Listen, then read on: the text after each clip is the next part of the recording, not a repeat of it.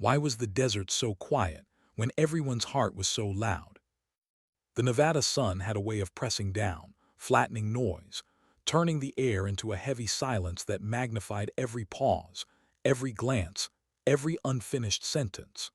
It was the kind of silence Laura Mitchell had learned to live inside, first on rooftops in Kandahar, later in the dusty edges of her hometown, and now here, at a shooting range clinging to survival against men in suits who would never understand why the place mattered. She sat alone at a corner table, coffee gone cold an hour ago, untouched since.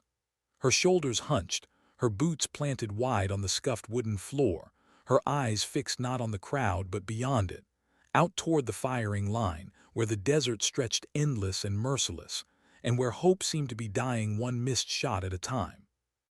One after another, men who swore they were the best marksmen in the West had stepped up, adjusted their gleaming scopes, rattled off their wind calculations like magicians reciting incantations, and fired into nothing. 25 of them. 25 misses. Dust plumes short of the target. Groans from the spectators. Shrugs from men who had bet more on their gear than on their grit. 8,000 meters. Too far for most eyes, too far for most hands. A distance where the air itself became an enemy. "Any Marine snipers here?" the call cracked over the range loudspeaker. Nicholas Perry's voice was half weary, half sarcastic. He'd been head range officer long enough to know hope when it was gone. His clipboard dangled like dead weight in one hand. His patience was gone, too. The question wasn't serious. It was desperation in disguise, a joke meant to ease the sting of failure. No one was supposed to answer. But Laura heard it, and something in her chest tightened. The old instincts never fully left, the pull to step in when silence lingered too long, when everyone else looked away, when pride and sanctuary and dignity needed protecting. She sipped the last cold mouthful of her coffee, set the cup down softly, and stood. The air shifted in the room, conversation stilled, heads turned.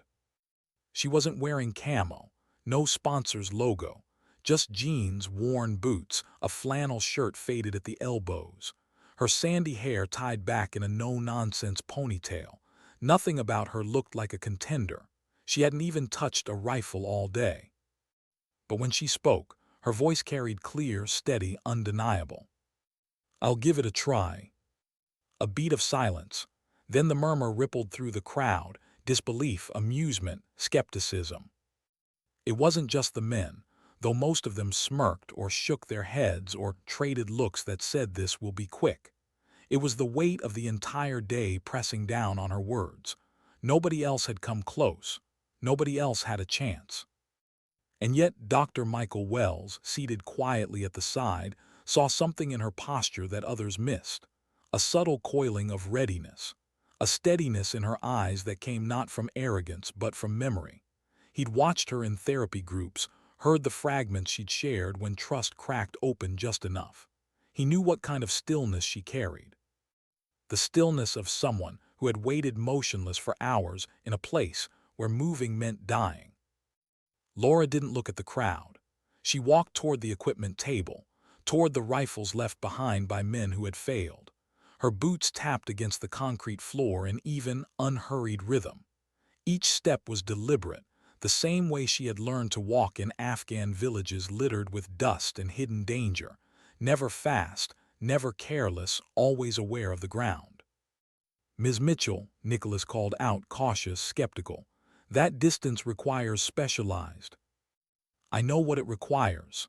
Her words were sharp but not raised. They cut clean through his objection. Her hands brushed over the rifles, lifting one, testing its weight, setting it back down. Fingers moving with quiet expertise as if reacquainting herself with old companions. Most of the weapons on the table were expensive, over-customized, designed for show more than substance. But one rifle, a bolt action .338 Lapua Magnum, plain, sturdy, unremarkable, made her pause. She checked the stock length against her shoulder. A little long, she worked with worse, checked the scope alignment, serviceable, not ideal, ran her hand along the bolt, smooth and clean, ammunition, adequate, not the best. She nodded once, decision made. That one's never been zeroed past 1,200 meters, Nicholas warned, his voice softer now, the doubt shading into something closer to respect. Beyond that, you'll be blind. Laura chambered around with practiced ease. I'll adjust. Grace Hawkins, the 73-year-old widow who had built this place brick by brick, stepped closer. Her silver hair glinted in the sun, her lined face both proud and pained. This range was more than dirt and wood and targets. It was a sanctuary for the broken, the forgotten, the ones who came back from war carrying more than their families could bear. If desert wind fell, so did all of that. You don't owe us this, Grace said gently. Laura met her gaze. For the first time all day, her voice softened. Some things are worth protecting. And then she walked to the firing line. 8,000 meters of desert stretched before her, a distance so great the target was no more than a speck, barely distinguishable even at maximum magnification. Heat shimmer bent the air. Wind currents shifted like serpents. Sagebrush trembled one way, then another. She lay prone, settling into position with movements smooth and fluid. The way one slips into a ritual repeated thousands of times, long after the body should have forgotten. Elbows grounded, rifle aligned, breathing slowed. The voices around her blurred. The crowd was distant now. Time was narrowing. Her pulse dropped 48 beats, then 45. The way it always did. Control, discipline, muscle memory older than fear. She tracked the shimmer of dust devils, the way they spun eastward at 600 meters, then bent back west beyond 1,200. She read the desert like a language only the scarred learn to speak. She lifted her eyes from the scope for a heartbeat, scanning with naked sight, measuring, memorizing. 8,000 meters, 2.5 miles, 3 seconds of flight, adjust for spin drift, adjust for drop, wind shear at every ridge. A lifetime compressed into one calculation. Her finger curled around the trigger, steady. Exhale, pause, heartbeat. The rifle bucked against her shoulder. The sound cracked, rolled across the range like thunder. And then silence. The kind of silence that holds breath, that stretches thin, that turns every second into eternity. Spotters trained their scopes, searching, waiting. Laura didn't move. Her eyes stayed on the glass, her body still as stone, her mind still running calculations, already analyzing, already correcting. Dr. Wells raised his binoculars, his lips parted. Impact, he said, quiet, stunned. A pause, then louder with disbelief breaking into awe, direct hit, center mass. The desert erupted, gasps, shouts, cheers, people rushing forward, pointing, demanding verification. Nicholas adjusted the spotting scope himself, his hands almost trembling as he confirmed what they all saw. Target struck, 8,000 meters, competition requirements met. The words echoed through the loudspeakers, sealing it in history. But Laura stayed prone, her cheek pressed to the stock, her eyes steady, her breath controlled. No smile, no cheer, just a small, private exhale, as if releasing something she'd carried too long. Because for her, the shot was not triumph. It was memory. The desert was different, yes, but the silence afterward, the silence before the voices returned, was the same, and in that silence ghosts stirred. She cycled the bolt, caught the brass before it hit the dirt, turned it over in her hand, examining the case, the pressure signs, automatic, methodical. The cheers swelled around her, phones raised, capturing every angle, voices calling it a miracle. She pocketed the brass, wiped the rifle down, stood. And for the first time all day, she allowed herself to look at them. The crowd, the friends, the skeptics, the ones who would never understand what it cost. Practice, she wanted to say, just practice, but even that wasn't true. It was more than practice. It was survival. And sometimes, survival looked like a miracle. What happens when the impossible suddenly becomes undeniable? For a moment, the crowd forgot how to breathe. They had watched dust bloom short of the target 25 times. They had watched confident men with expensive rifles curse, adjust, try again, and fail. They had accepted that the challenge was designed to be unwinnable. And then, this quiet woman who hadn't even bothered with the parade of gear stood, shouldered a borrowed rifle, and sent her bullet across a desert's worth of doubt. A direct hit. At first it felt unreal. Too neat, too sudden. But the spotting scopes didn't lie, nor did the crater punch dead into the steel plate center mass. Dust still clung to its edges, proof that a bullet had traveled farther than any of them believed possible. And now silence gave way to chaos. Phones raised high, capturing every angle of her face, her posture, her rifle. Voices overlapped. Did you see that? No way. Check the footage. She couldn't have. Oh my God, she did. Somewhere in the noise, someone called her a miracle. Another said record-breaking. Others whispered a word Laura hated, legend. She ignored them all. She set the rifle gently back on the table, cleaned as if it were hers, and pocketed the single brass casing. Her face was unreadable, the way it had been on rooftops overseas when adrenaline demanded calm. She moved not like someone basking in glory, but like someone who had done a job, finished it, and wanted only to disappear before anyone asked questions she wasn't willing to answer. But vanishing was no longer an option. Dr. Wells, still holding his binoculars, studied her with the worried patience of a man who had seen too many veterans accidentally step into storms they weren't ready to face. He caught her eye briefly, searching for cracks. She offered none, only a small nod. Grace Hawkins, tears cutting bright paths across her weathered cheeks, pressed a hand to Laura's arm. "You saved us," she whispered, voice trembling with gratitude and something heavier, hope. Laura looked at the older woman, the weight of her words settling deeper than any cheer from the crowd. Saved us.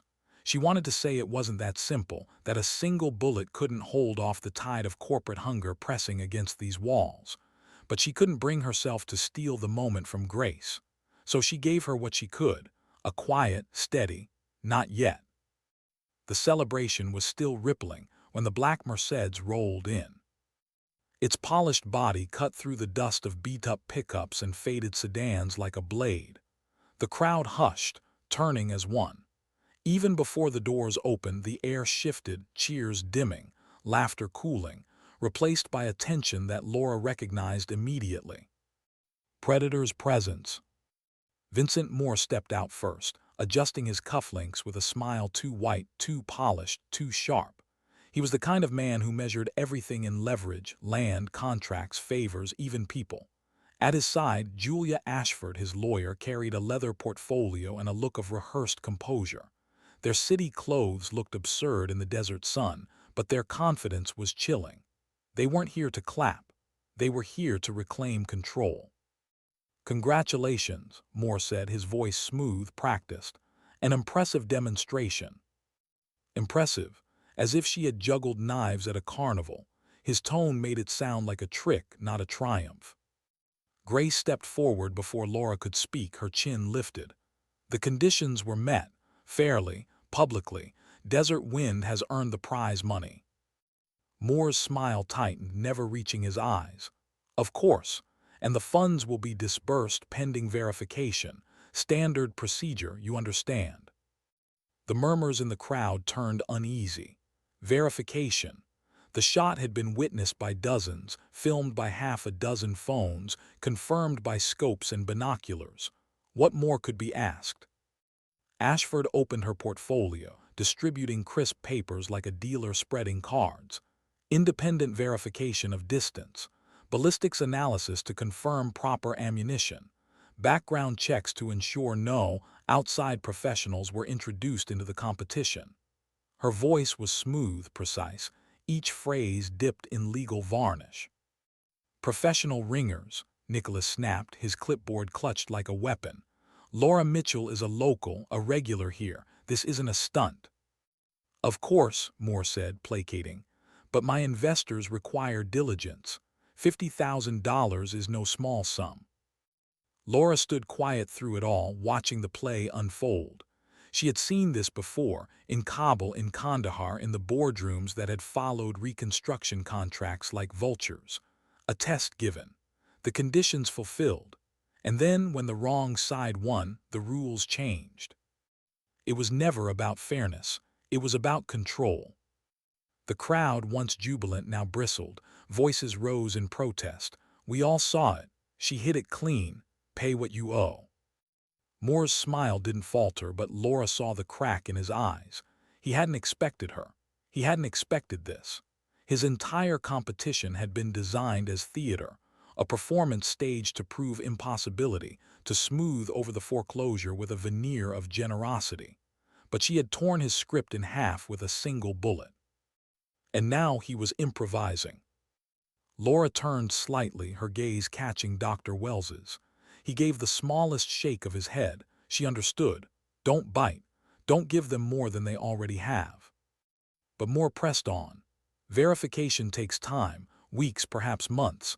Unfortunately, foreclosure waits for no one. That leaves Grace in a difficult position.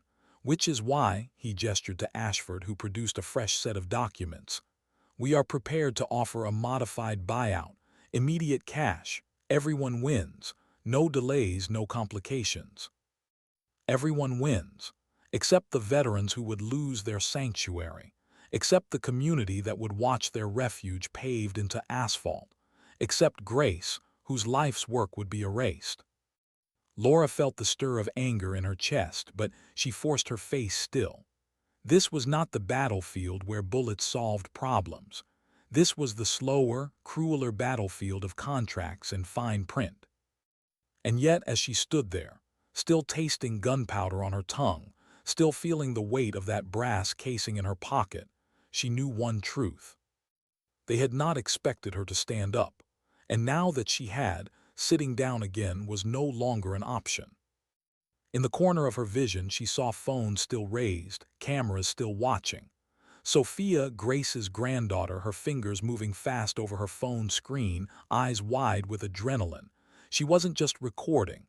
She was streaming, sharing, broadcasting. The shot had already left the barrel, and the story had already left the desert. How fast can a single moment escape your control? The answer came quicker than Laura imagined.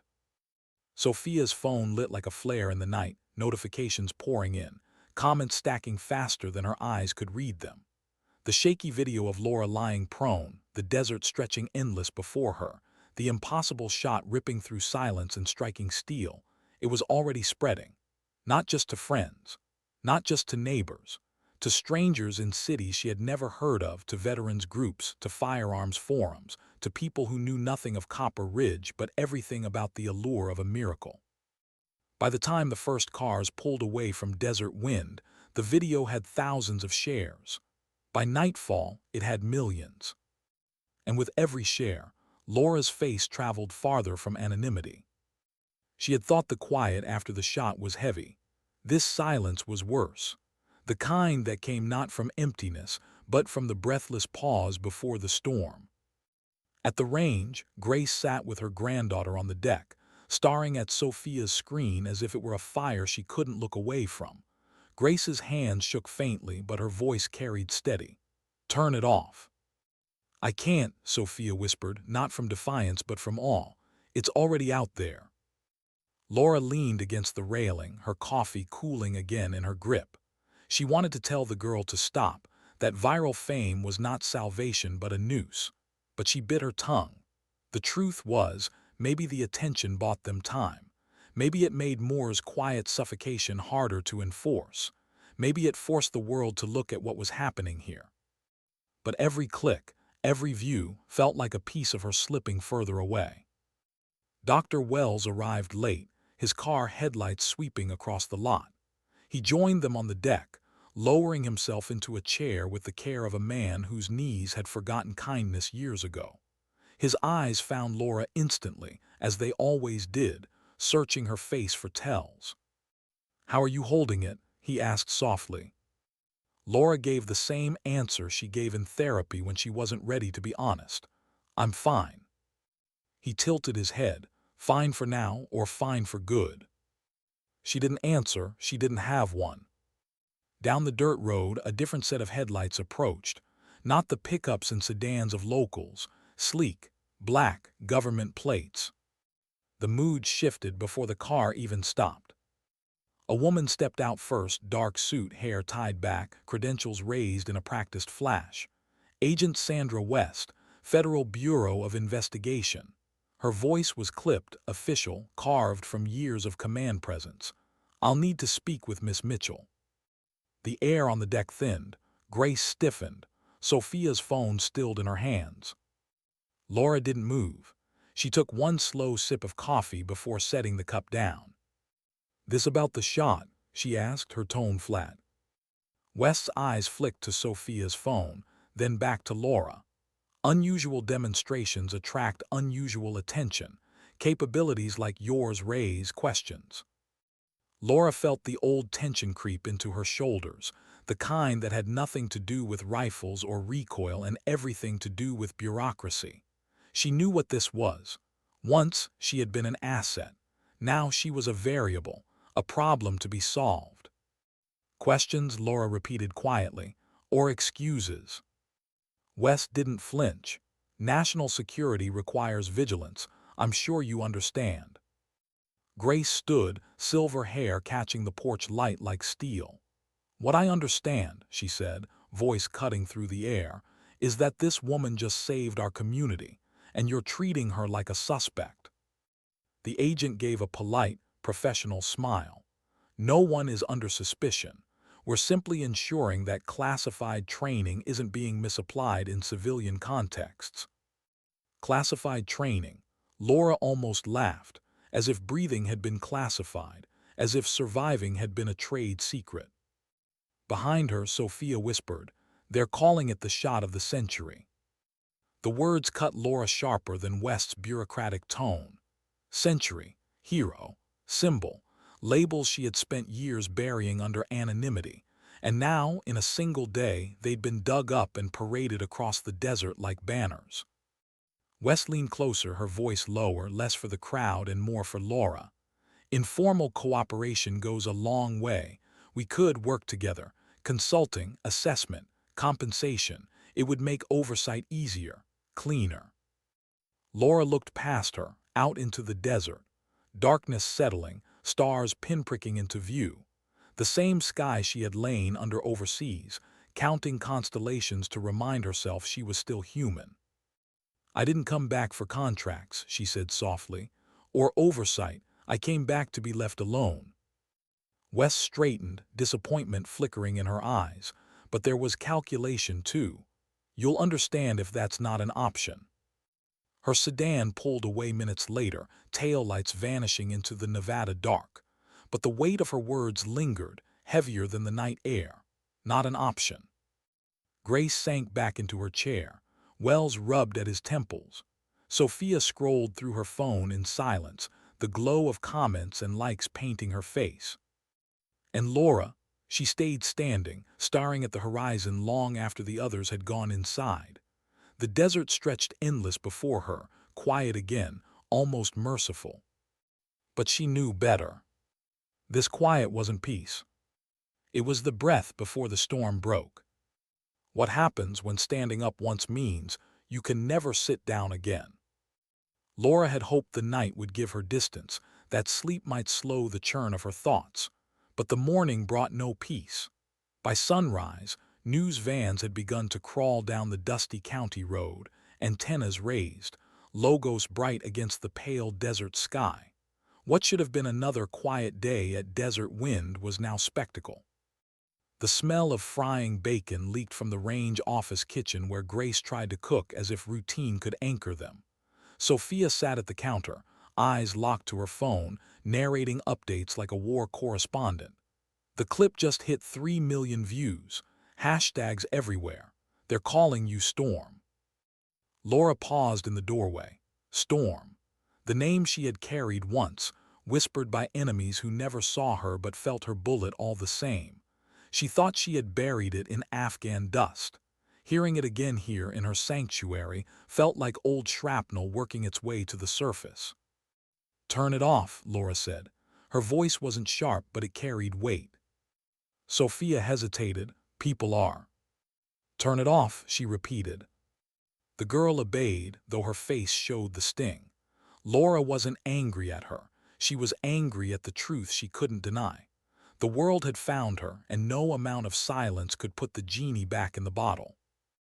By mid-morning, strangers leaned against the range's wooden fences, peering in, cameras lifted. Some came with curiosity, others with awe, a few with suspicion. And mixed among them, unmarked sedans with men who didn't bother to hide their surveillance equipment. Nicholas Perry hobbled along the gravel paths, clipboard in hand, his limp more pronounced from fatigue. Half of them aren't shooters, he muttered to Laura. They're here to watch a show or dig dirt, and the rest, he jerked his head toward the dark sedans, not the kind who buy day passes. Laura gave a curt nod. She didn't need to be told. The weight of observation was a physical thing pressing against her skin. By noon, the intimidation began. First it was Cooper's garage, broken into, specialized tools missing but nothing obvious stolen. Then Pastor Walsh's office, ransacked, veteran counseling records copied. Later, Butler the sheriff drove up in his dusty cruiser, jaw set hard as stone. They're leaning on us, he told Grace and Laura together. Surveillance outside veteran homes, vehicles parked where they don't belong, none of it prosecutable, all of it deliberate. Grace's eyes narrowed. More. Butler didn't confirm, didn't deny. Corporate security doesn't leave fingerprints, and the feds, well, they like to call things coordination. Laura listened quietly, her jaw tight. It was textbook. Break their routines, seed fear, make them doubt their safety. She'd seen insurgents use the same methods, only cruder. Here it wore suits and badges instead of masks and rifles. When night fell, the intimidation felt closer. Headlights idling on distant ridges, phones buzzing with anonymous calls. Even Sophia's dorm room back in Reno was targeted, messages flooding her social accounts, some praising, some threatening. The girl tried to laugh it off, but her trembling hands betrayed her. The next day, the FBI agent returned. West's sedan cut through the crowd of reporters like a shark among minnows. She didn't waste time on pleasantries. She approached Laura directly, expression polished but harder than before. "Miss Mitchell," she began, her tone carrying both authority and a thread of warning. "Your demonstration has escalated into a matter of national interest. We can't ignore it." Laura folded her arms. "I never asked for national interest. That doesn't change reality. Viral content attracts attention. Unstable individuals may attempt to imitate your shot. National security requires we evaluate risks." Grace, standing nearby, cut in. "Shooting straight isn't a crime." West's eyes flicked toward her, then back to Laura. "No one is accusing you of crimes, but specialized training carries obligations. The Bureau has latitude to enforce oversight when capabilities exceed normal civilian ranges." The phrasing wasn't lost on Laura. Latitude, not law, not statute, just latitude. She met West's gaze evenly. "You want me under your thumb." West's smile was faint, professional. "We want cooperation, consulting arrangements, training advisement. In return, your life remains uninterrupted." It was the same pitch as before, but sharper now, edged with threat. Cooperate and they leave you space. Refuse and they press harder. Laura looked past West, out over the desert stretching infinite under the afternoon sun. The air shimmered. The distance mocked. She had crossed it once, but this was the longer shot. "I came here to disappear," Laura said quietly. "I'm not trading one leash for another." Something flickered in West's eyes, disappointment, maybe frustration, but her voice stayed even. "Understand this. Federal attention doesn't vanish. You can choose cooperation or you can choose monitoring. Either way, you're not invisible anymore." She turned and left, her heels crunching gravel, leaving silence behind her. Grace exhaled slowly, leaning on her cane. "They'll hound you." Laura nodded once. "I know." And still her chest felt hollow, heavy with the knowledge that anonymity was gone. Storm had been dragged into daylight, and the world was watching. That evening the community gathered on the deck. Pastor Walsh with his office vandalized, Cooper with grease still on his hands, Nicholas with his limp stiff from the day's patrol. Even Bernard Perry, 81, his eyes sharp with the weight of decades, came to stand among them. They didn't ask her, they didn't appoint her, but their eyes landed on Laura one by one, not for glory, not for miracles, for steadiness, for someone who had stood when everyone else sat. And Laura felt it, the shift. She hadn't fired that shot for leadership. She fired it for grace, for the sanctuary that had kept her steady when nights pressed too hard. But now, whether she wanted it or not, the community was looking at her as something more. Not a miracle, not a savior. A defender. Storm. She sat on the weathered bench long after the others had drifted home, night stretching deep around her. The desert air cooled, stars pricking open above. She pressed her palm against the brass casing in her pocket, the one she hadn't let go of since the shot. It wasn't victory she felt, it was weight. Because standing up once meant she could never sit down again. What does fear sound like when it creeps into a town? Not the kind of fear that makes people scream, but the quieter kind. A shopkeeper hesitating before unlocking her door. A pastor finding his office trashed. A mechanic discovering tools gone, cameras installed in their place. A sheriff listening to reports and knowing, deep down, that none of it will stick in court. Copper Ridge carried that kind of fear now. In the 3 days since Laura's shot, the air itself seemed heavier. The desert was the same wind carving across sagebrush, the same heat rising in shimmering waves, but the people moved differently. Eyes darted more. Conversations hushed when strangers walked by. Men who once laughed loud at the diner now sat with their backs to the wall, scanning exits. Laura knew the signs. This was how intimidation worked, not through open war but through 1,000 small cuts. Sheriff Butler drove to the range at dusk, his cruiser pulling up slow, lights off. He found Grace, Nicholas, and Laura gathered near the office, their silhouettes dark against the horizon. 3 more incidents, he said flatly, his voice gravel-thick. Surveillance outside veterans' homes, phone calls at odd hours. Someone slashed Cooper's tires last night, left the glass intact though. Message, not theft. Grace's hand tightened on her cane. More. Butler shrugged, though the stiffness in his shoulders betrayed his agreement. Corporate lawyers keep it clean. Private security firms do the dirty work. They'll keep pushing until someone breaks. Laura didn't flinch. She'd seen this tactic overseas, erode the edges, not the center, break the will, not the wall, but here, this was home. This was supposed to be sanctuary. Watching these people suffer because of her bullet twisted something deep inside. "They're trying to isolate us," Ethan Cross said. The young veteran had driven up after hearing of the vandalism, his posture sharp, eyes scanning as if expecting ambush. Classic counterinsurgency.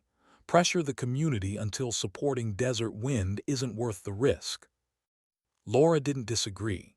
She just stared out at the desert, her jaw set, remembering nights in Helmand where villages caved not from bullets, but from fear that tomorrow would bring more. And then came the visit she had been dreading. Agent West returned, but this time she didn't come alone. 2 black SUVs followed, men in tactical windbreakers fanning out near the entrance. Not aggressive, not hostile, just visible.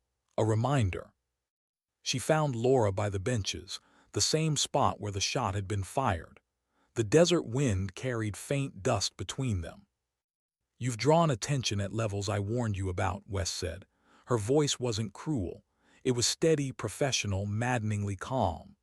"This video is now a national security concern. Copycats, extremists, foreign observers, all asking the same question: who is Storm?" Laura kept her gaze on the horizon. I didn't ask for a name. You earned one, West replied. And that means responsibility. Cooperation is the safest way forward. Consulting contracts, oversight agreements. We handle the fallout, you keep your life intact. Laura turned then, her eyes sharp. You mean you control the narrative, put a leash on me, parade me when useful, silence me when not. West's expression flickered just for a breath. Then she recovered. Perception management is part of security. It's bigger than you now. Everything's bigger than me, Laura said softly, almost to herself. West's tone cooled. Don't mistake patience for weakness. If you won't step in willingly, oversight will continue anyway. You're not invisible, Miss Mitchell. Not anymore. Laura held her stare. For a long moment, neither blinked. Then West turned, signaling to her team, and the SUVs pulled away in unison, black shapes swallowed by desert dusk. The silence they left behind was suffocating. Inside the office, Grace tried to steady her voice. They want you under their thumb. Laura leaned against the wall, eyes shut, the memory of West's words pressing down. And if I don't bend, they'll keep squeezing, not just me, everyone. Nicholas shifted uncomfortably. His limp made his stance uneven, but his tone carried authority. We've all faced worse. We'll hold. But Laura's silence said what none of them wanted to. That this wasn't Afghanistan, wasn't Fallujah, wasn't some battlefield where resolve alone kept you alive. This was pressure by institutions with endless resources, and it wasn't going away. That night, Sophia burst into the office, breathless, her phone glowing in her hand. Grandma Laura, the video hit 10 million. Hashtags everywhere, people calling you a hero. Gun rights groups are posting. Politicians are tweeting. The FBI's name is trending. Everyone's watching. Grace sank heavily into her chair. More wanted silence. The feds wanted control, and now the entire country was starring. Laura rubbed her temples, fatigue pounding behind her eyes. She had fired one bullet, one shot meant to save a sanctuary. Now she was trapped in a war she hadn't chosen, her name ripped from anonymity, turned into a banner she never wanted to carry. She thought of the casing in her pocket, the weight of it, the cold brass against her palm. Proof, memory, burden. Outside, headlights swept across the desert again, watching, waiting. Fear had a sound, and Copper Ridge was full of it. What happens when retreat is no longer an option, but every step forward feels like a trap? Laura woke to the sound of engines. Not pickups, not the battered sedans of locals' convoys. 3 glossy SUVs and a van, pulling into the dirt lot with precision that screamed money. She rose from the cot in the side room of the range office, her hand brushing instinctively against the brass casing still in her pocket, as if it could ground her. Outside, Grace was already on the porch, cane planted, eyes narrowed. Nicholas and a handful of veterans flanked her, stiff in posture, faces wary. They had no rifles in hand, but the tension made it feel like a standoff. Vincent Moore stepped out first, dressed not in the desert suit from before but in something darker, cleaner. Julia Ashford followed, portfolio in her arm, heels clicking against gravel. They looked out of place, like predators crossing into another ecosystem, but their confidence was unshaken.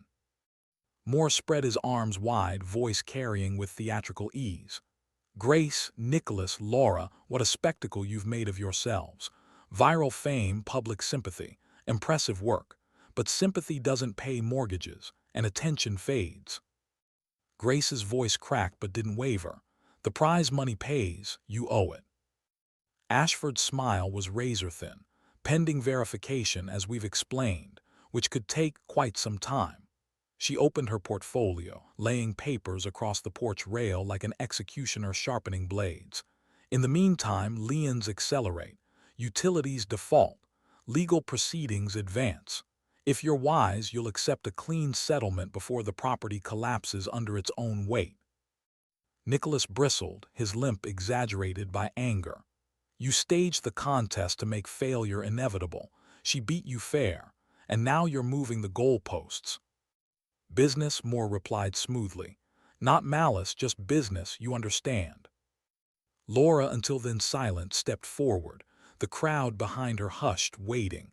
She kept her voice low, almost calm. You designed a rigged game. You lost. And now you're trying to buy back what dignity you have left.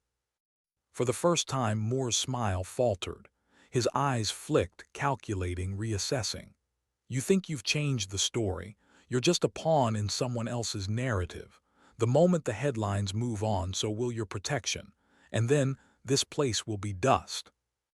Ashford leaned in, her words softer but colder. And pawns, Miss Mitchell, are disposable. Laura's jaw tightened. She wanted to retort, to cut with words as cleanly as she did with a trigger pull. But a different weight pressed her chest. The awareness of phones lifted, lenses capturing, voices whispering. Every syllable here could spread across the world by nightfall. So she said nothing. Sometimes silence was sharper than any answer. Moore studied her, then let out a thin laugh, shaking his head. Suit yourselves. Enjoy your moment. It won't last. He gathered his papers, his entourage following. Engines roared, dust plumed, and the vehicles shrank into the desert. But the echo of his words lingered like smoke. Inside, the veterans gathered tight. Tension crackled, fear, anger, pride colliding in the cramped office. Pastor Walsh muttered prayers under his breath. Ethan Cross paced like a caged wolf. Sophia, eyes wide, scrolled furiously through her feeds. They're spinning it, she said, voice breathless. Moore's PR is already out, articles calling it a publicity stunt, claims you used illegal modifications, some even saying you cheated with drone assistance. She looked up at Laura, hurt flashing across her face. They're trying to erase you. Laura leaned against the wall, fatigue heavy in her bones. She had seen this tactic too. Overseas it had been propaganda, loudspeakers blaring lies until villagers doubted their own memories. Here it wore ties and headlines. Dr. Wells arrived late, dust on his shoes, concern etched deep into his face. He listened quietly, then said what none of them wanted to. They won't stop. The louder you become, the more they'll try to silence you. That's how this works. Grace's voice cut through, firm despite her trembling hands. We didn't ask her to be loud. We asked her to take one shot, and she did. But the eyes in the room, all of them, drifted back to Laura. Not for glory, not for fame, for steadiness, for resolve, for the kind of calm that could stand when everything else cracked. And that was the weight Laura couldn't shake. She had fired one bullet, and now every expectation, every hope, every desperate prayer seemed to hang from her shoulders like chains. She hadn't asked for this. She hadn't wanted it. All she had wanted was to live quietly, to slip between cracks unnoticed. Now there were no cracks left. That night sleep abandoned her. She sat on the firing bench where it had all begun, desert winds cold against her skin. The stars blazed sharp overhead, a canopy of silence. In her hand, the brass casing gleamed faintly in starlight. She rolled it between her fingers, remembering rooftops in Kandahar, the stillness before a trigger pull, the loneliness of decisions no one else would understand, the faces of those she had saved, the faces of those she hadn't. Storm. The name haunted her, not spoken aloud, not shouted by strangers online, but whispered in memory, carried across time. A name that once kept her alive, now threatening to devour the peace she had clawed back. She pressed the casing into her palm until the edges bit skin. You're not Storm anymore, she told herself. You're Laura, just Laura. But deep down she knew, the world had already decided otherwise. And sometimes, no matter how far you run, the storm always finds you. How far can you bend before you finally break? The week after Moore's visit felt less like time and more like a siege. Every day brought another fracture, another wound to the sanctuary desert wind had built. The sabotage started small, power lines cut outside the range, forcing them into darkness. Then came the water pump, mysteriously broken, the tank running dry overnight. Sheriff Butler filed reports, but no arrests came. Everyone knew why. Evidence vanished as neatly as footprints in sand. "You're being bled out," Butler told Grace one evening, his voice grim. "Not in court, not in headlines, here day by day. They'll make this place unlivable until you fold." Grace stood with her hand braced on her cane, shoulders square despite her age. "Then we endure." But endurance came with a cost. Veterans who once gathered at the range with laughter now came stiff, wary, whispering about surveillance vans parked near their homes. Families stopped attending therapy groups. Even Pastor Walsh admitted fewer showed at counseling. The fear of being seen was too strong. Laura felt it all pressing against her chest like weight she couldn't push away. She hadn't asked for this burden, but now it clung to her. Each face that looked at her carried silent expectation. Be strong, hold steady, lead. But inside, she felt herself splintering. At night she dreamed of rooftops, dusty, broken places where she lay prone for hours, scope pressed to her eye, the world reduced to distances and heartbeats. In those dreams she always pulled the trigger. And when the smoke cleared, it wasn't enemies she saw, but faces she knew. Grace, Sophia, Nicholas, the veterans she'd come to trust. Falling one by one to bullets she couldn't call back. She woke drenched in sweat. The brass casing clenched so hard in her hand it left angry red lines. Storm. The name was everywhere now. Hashtags, headlines, talk shows debating whether she was a hero or a threat. A congressman in D.C. even mentioned her on the floor, calling her shot both a marvel of precision and a national security concern. And the FBI did not stay subtle. Agent West arrived again, this time without pretense. Her team set up a mobile command unit at the edge of town, antennas bristling, laptops glowing inside white canvas tents. Locals whispered about blacklists, about files being built, about names being logged. Laura walked up to her one evening, boots crunching against gravel, fury kept tight beneath her calm voice. "You're suffocating this town. You know that." West didn't deny it. Pressure yields cooperation. You could end this with a single signature. Laura's fists clenched. "And what happens after I sign? You parade me until I'm useful, then you burn me out and move on." For the first time, West's professional veneer cracked. Her voice dipped, softer, almost pleading. "You don't see the bigger picture. Capabilities like yours can't just vanish into civilian life. You're an asset whether you like it or not. Don't make us treat you like a threat." The words landed heavy, echoing in her skull long after West walked away. Asset, threat, never simply a person. That night Moore struck harder. The storage shed went up in flames just after midnight, the sky glowing red against desert black. Nicholas limped out first, shouting, trying to form a bucket line, but the heat was merciless. Ammunition popped inside like cruel fireworks. By the time the fire was contained, the shed was ash, equipment destroyed. Sophia sobbed into Grace's shoulder, whispering through her tears, "It was them, I know it was them." Grace held her tight, her own tears hidden but her voice steady. "We rebuild." Laura stood apart, the flames reflected in her eyes, her face unreadable. But inside, rage burned as hot as the fire. Rage and something darker, recognition. This wasn't random. This was escalation. Overseas, she'd seen villages punished the same way, and it never stopped until someone answered. Later, when the others slept, she sat alone at the firing line, the desert stretching silent before her. The casing pressed into her palm again, cool, sharp. She turned it over and over, her thoughts circling the same question. Was survival enough anymore?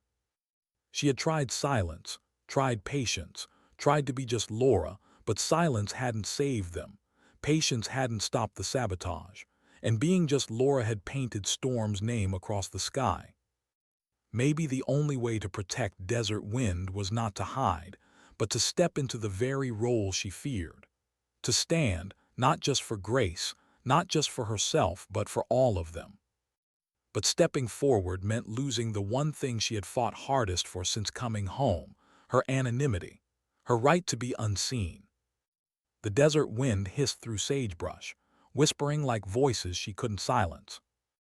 How far can you bend before you finally break? Laura didn't know yet, but she knew the breaking point was close. What does it take to finally choose who you are? The air at Desert Wind carried a different weight that morning. Not just the desert heat or the grit of dust storms rolling off the ridges. Something else. A heaviness, like the moment before a storm splits the sky. Grace sat on the porch with Nicholas, their faces drawn tight. Sophia stood by the fence, her phone clutched like a lifeline. Veterans milled in restless silence. No laughter, no casual chatter, just waiting.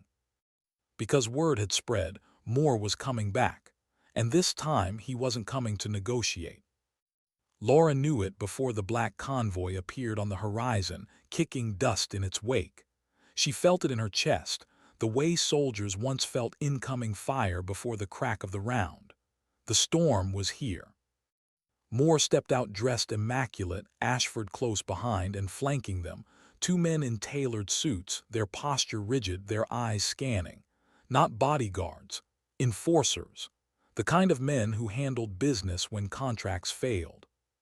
He didn't waste time. Grace, Nicholas, Laura, I'll be direct. This property changes hands today. You can accept a settlement or lose everything in foreclosure within 48 hours.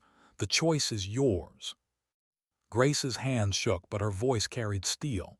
You can't take what isn't yours. Moore's smile didn't falter. Everything has a price, including dignity. Laura stepped forward. She didn't raise her voice. She didn't need to. No contract erases what this place means. Not to them, not to me. Moore tilted his head, his eyes sharp with contempt. You really think you're untouchable? One viral shot doesn't make you a savior. It makes you a target. His words cut deeper than he knew. Target. That was what she had been trained to find, trained to become. And now she was one. Before she could answer, another car pulled up, government plates. Agent West stepped out, flanked by two agents. She didn't greet Moore. She didn't greet Grace. She came straight to Laura. This ends now, she said, her voice clipped, final. The Bureau can't allow a destabilizing figure to dictate narratives. Come with us. Sign the agreements. Cooperate. Or we escalate oversight to levels you can't withstand.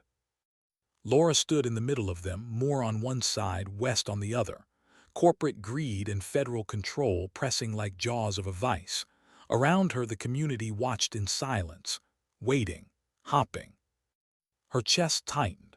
She remembered nights in Afghanistan, lying prone for hours, finger hovering over a trigger, waiting for clarity that never came. Remembered the unbearable weight of choice, the kind that determined who lived, who didn't. But this was Kandahar, this wasn't Helmand, this was home, and these people weren't villagers caught between armies, they were her family. She reached into her pocket and pulled out the brass casing, held it in her palm where everyone could see, the casing of the shot that had started everything, the proof, the burden. She closed her fist around it, her voice steady. I'm done hiding. The words weren't shouted. They didn't need to be. They carried across the porch, through the crowd, into every waiting silence. To you, she said, looking at Moore, this place is dirt. To them, it's sanctuary. You can't buy that. She turned to West. And to you, I'm a file, an asset, a threat. But I'm not yours to manage. I'm not your pawn. She faced the crowd last, her eyes sweeping across Sophia's fear, Grace's pride, Nicholas's quiet strength, Wells's steady concern. I didn't take that shot for fame or money.